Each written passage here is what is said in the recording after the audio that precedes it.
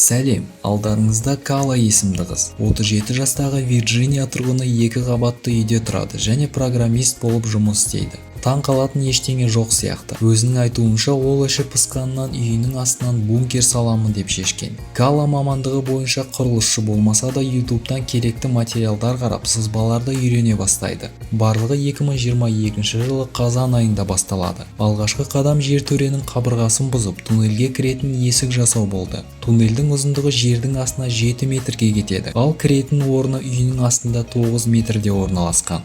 Қазып бастағанда бірінші проблема жердің астынан шыққан суды жоғары шығару керек болды. Ол төменге құбыр тартып, қысыммен жоғары көтерілетін етіп жасайды. Ары қарай қопарылған тастарды да бірдеңе қылып жоғары көтеру керек болды. Кала жұмысты жеңілдету үшін кішігірім шахта мен вагон жасап шығарады.